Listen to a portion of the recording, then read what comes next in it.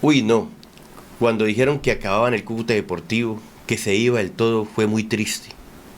De verdad, para mí fue muy triste. Porque aquí en Cúcuta, la única diversión que tenemos es esa. Ir al estadio cuando juega el Cúcuta. Así describe el hincha más fiel del Cúcuta Deportivo, Javier Labrador, más conocido como el Pulpito. Los recuerdos, todas mis camisetas, miren. Mire, ustedes pueden ver.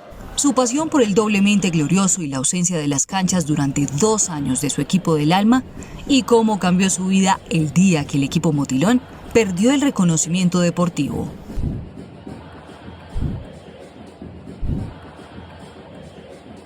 Mi esposa me decía, mi hijo, yo lo noto como triste, yo a usted lo he notado triste, a usted le hace falta el fútbol, a usted le falta ir a acompañar al Cúcuta Deportivo, que regrese.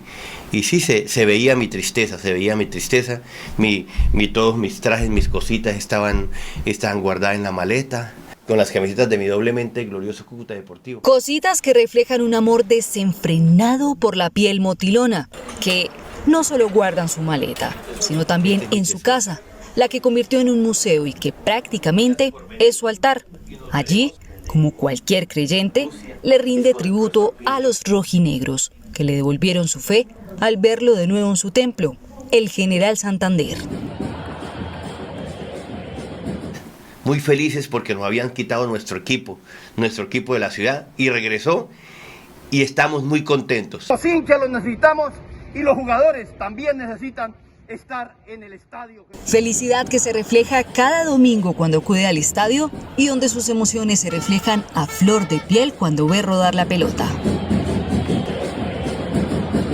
Espero que el Cúcuta Deportivo no se vuelva a ir de Cúcuta, donde pertenece, y que no nos lo vuelvan a llevar y que no se acabe el fútbol profesional colombiano. Bienvenido, Cúcuta.